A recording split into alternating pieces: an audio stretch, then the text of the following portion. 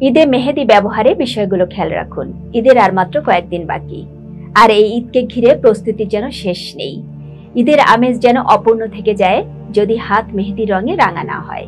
ঈদের 2-1 দিন আগে থেকেই নারীদের মেহেদি উৎসব শুরু হয়ে যায়। চাঁদ রাতে মেহেদি না পড়লে যেন উৎসবের আমেজই আসে না। আর এই মেহেদি পরা নিয়ে ছোট ভাই বোনদের ছুটোছুটি, কার মেহেদির রং কত বেশি গাঢ় হলো তা নিয়ে চলে প্রতিযোগিতা। মেহেদির কড়া গন্ধ সেই মধুর শৈশবের কথা মনে করিয়ে দেয়। তবে এই সুন্দর আমেজের মধ্যে কিছু ছোট ছোট ভুল আপনার এই সুন্দর সময়টাকে নষ্ট করতে পারে।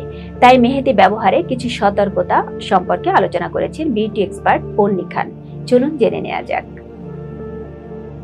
সঠিক মেহেদি কেনা। অনেকেই হয়তো এরই মধ্যে বাজার থেকে বিভিন্ন রঙের মেহেদি কেনার জন্য তাড়াহুড়া শুরু করে দিয়েছেন।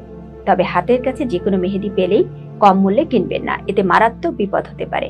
বাজারে নানা ধরনের মেহেদি আছে, এর মধ্যে কেমিক্যাল যুক্ত নকল মেহেদি বিক্রি করে থাকেন অনেক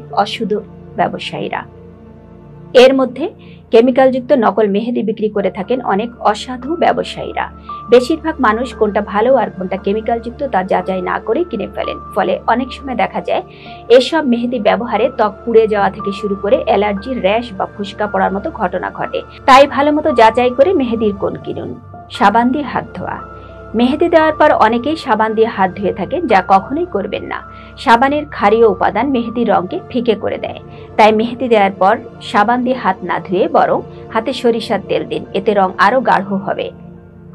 ওয়্যাক্সিং। মেহেদি দেওয়ার আগে কখনোই ওয়্যাক্সিং করবেন না, কেননা এর ফলে আপনার ত্বক মসৃণ হয়ে যায়। ফলে মেহেদির রং ভালোভাবে বসে না এবং রঙও গাঢ় হয় না।